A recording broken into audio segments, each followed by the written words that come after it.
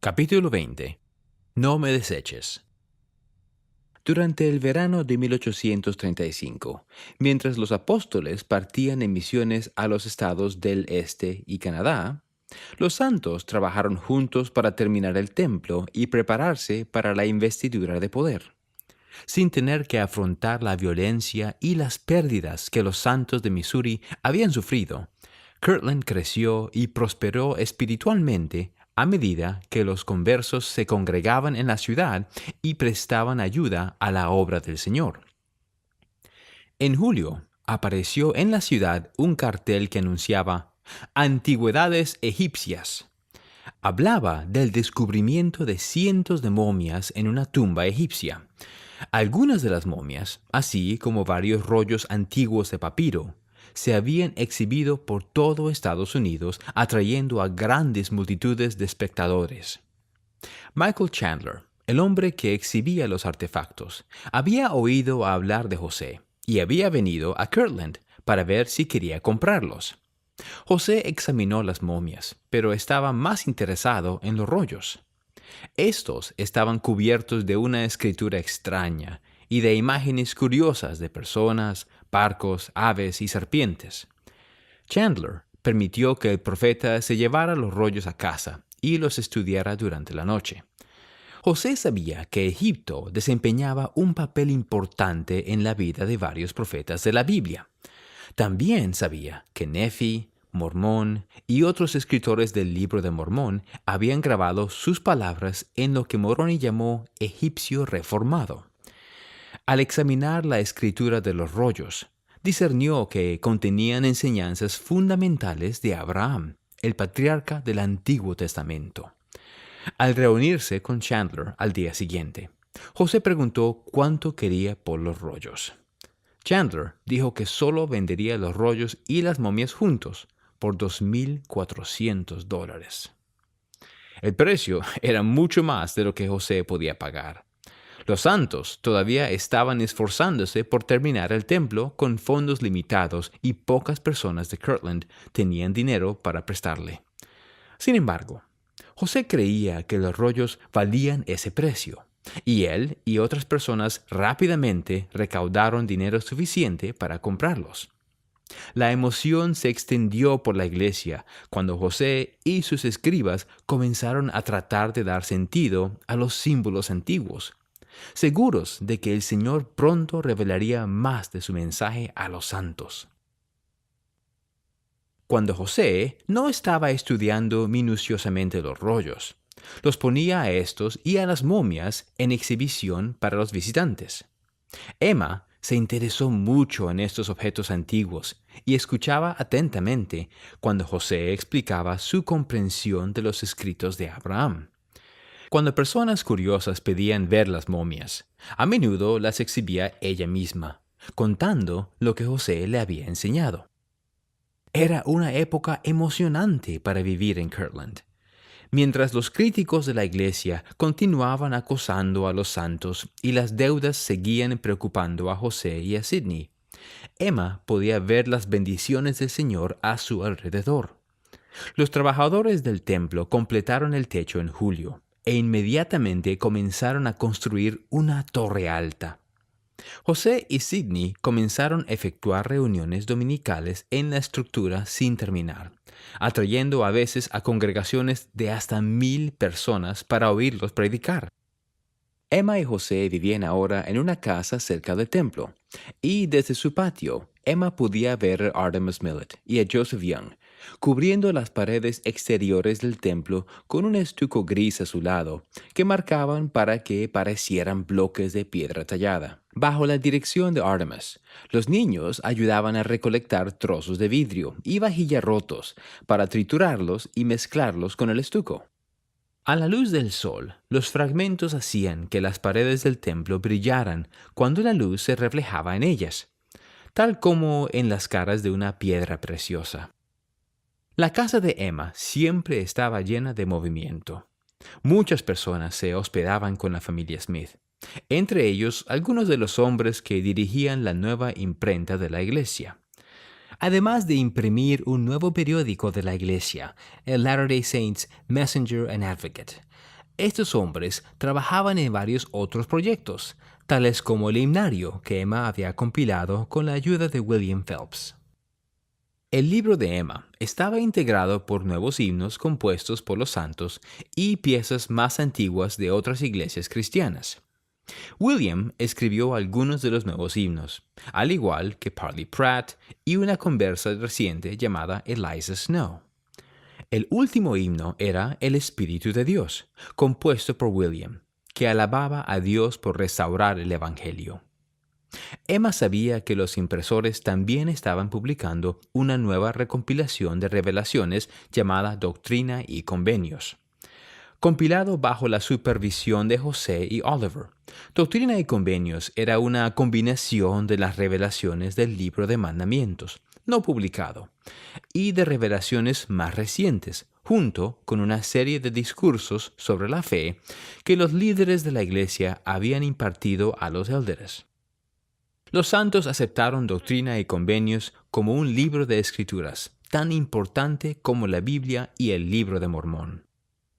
Ese otoño, cuando estos proyectos estaban por completarse, los líderes de la iglesia de Missouri llegaron a Kirtland para prepararse para la dedicación del templo y la investidura de poder.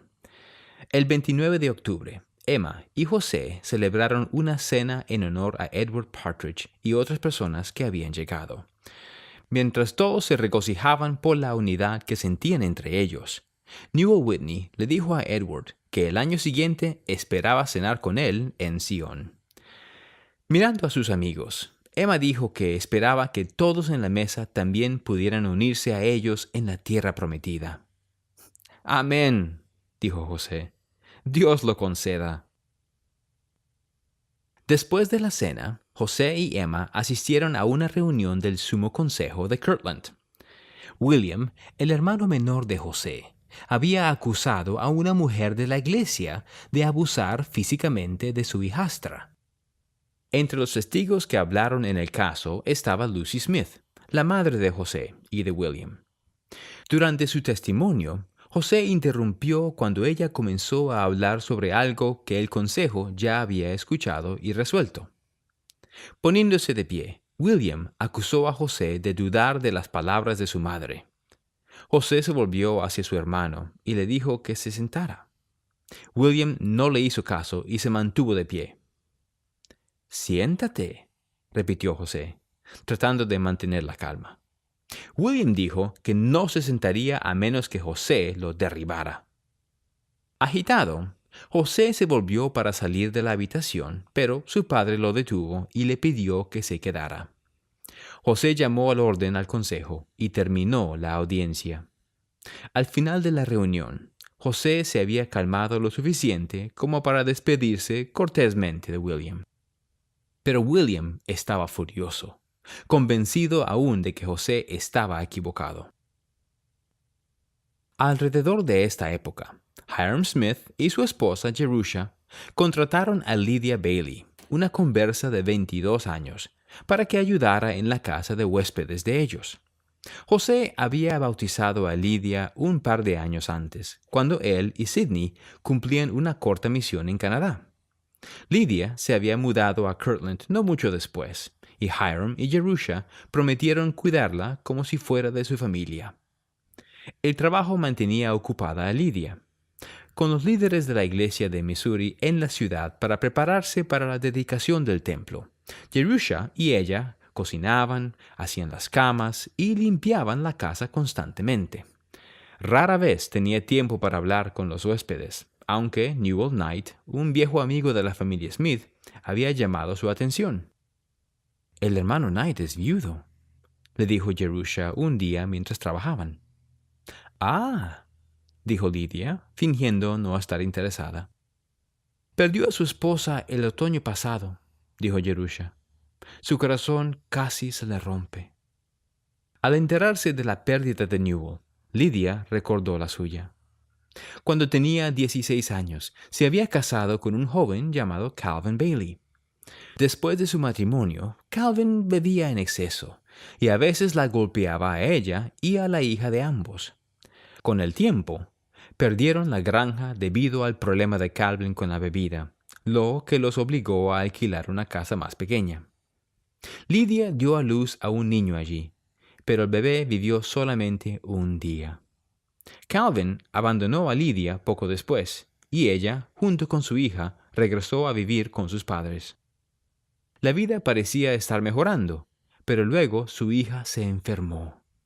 Cuando ella murió, fue como si el último pedacito de felicidad de Lydia hubiera muerto también. Para ayudarle a hacer frente a su pérdida, sus padres la enviaron a vivir con unos amigos en Canadá. Allí ella escuchó el Evangelio y se bautizó, y desde entonces su vida había sido más feliz y más esperanzada, pero se sentía sola y anhelaba tener compañía. Un día, Newell se le acercó en una habitación superior de la casa de la familia Smith. «Creo que su situación, así como la mía, es bastante solitaria», le dijo, tomando su mano. «Quizás podríamos ser una compañía el uno para el otro». Lydia se sentó en silencio. «Supongo que es consciente de mi situación», dijo ella con tristeza. «No tengo el más mínimo conocimiento de dónde está mi esposo, ni si está vivo o muerto. Sin obtener el divorcio de Calvin, ella no se sentía que pudiera casarse con Newell.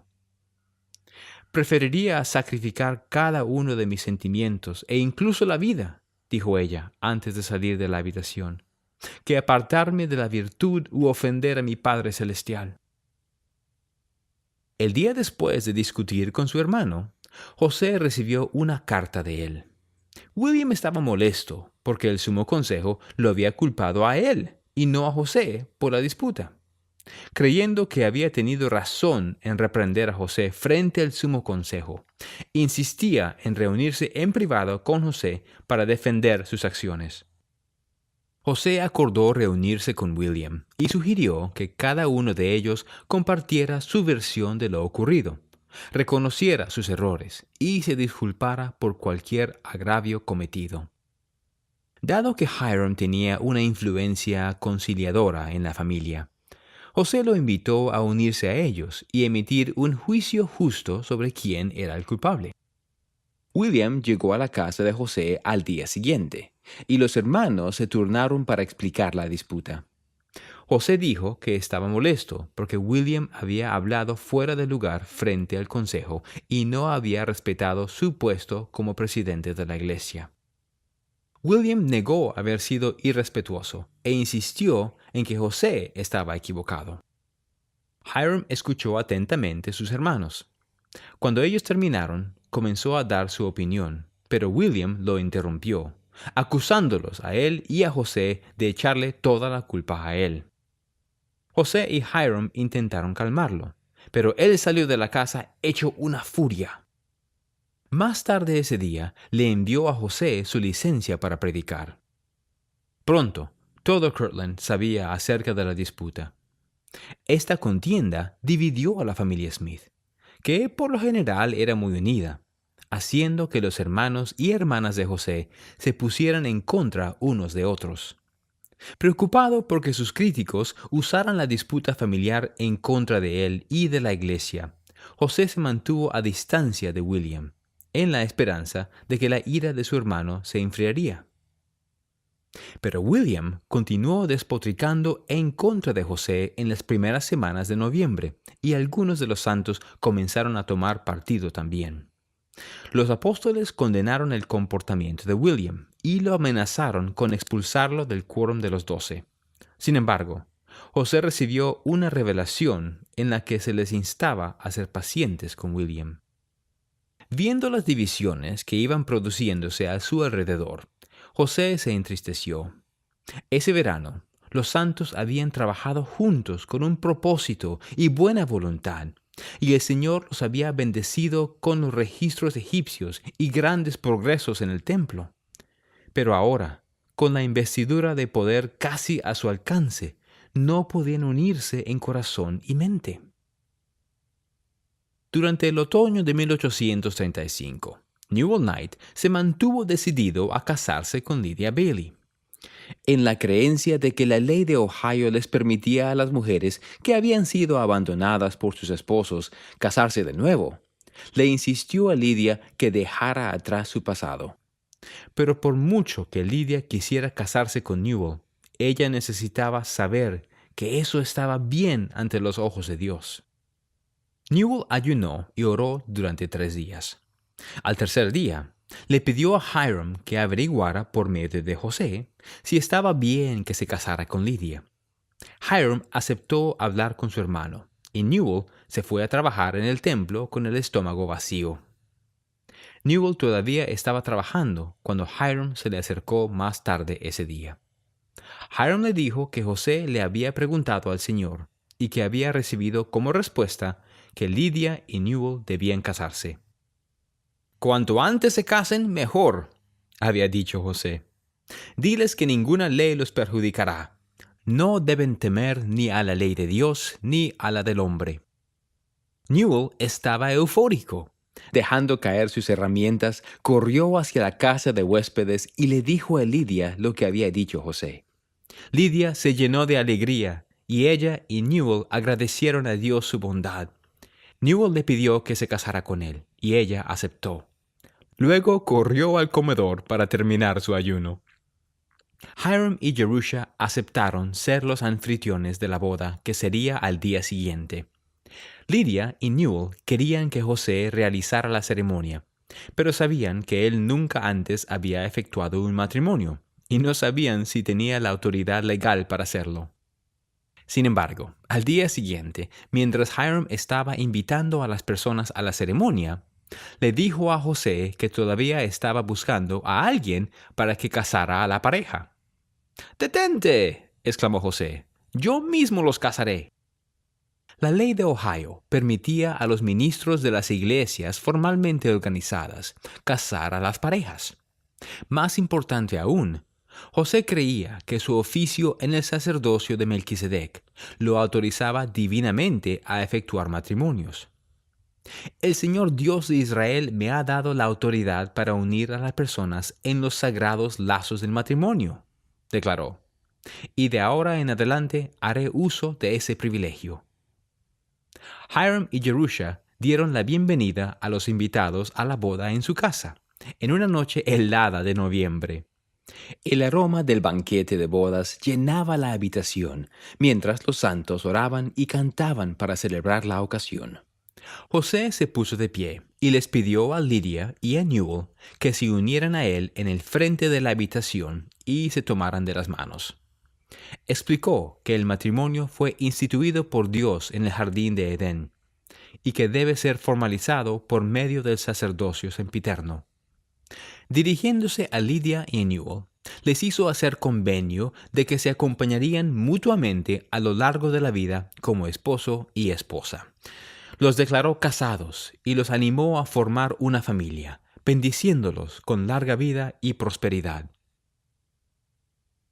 La boda de Lidia y Newell fue un acontecimiento positivo en un invierno por lo demás difícil para José. Desde su pelea con William, no había podido concentrarse en los rollos egipcios ni en preparar a los santos para la investidura de poder. Intentó liderar con alegría, siguiendo el espíritu del Señor, pero el revuelo dentro de su familia y la carga de dirigir la iglesia podían ser agobiantes. Y algunas veces hablaba con aspereza a las personas cuando cometían errores. En diciembre, William comenzó a organizar una sociedad de debate informal en su casa, con la esperanza de que los debates proveyeran oportunidades para aprender y enseñar por el Espíritu.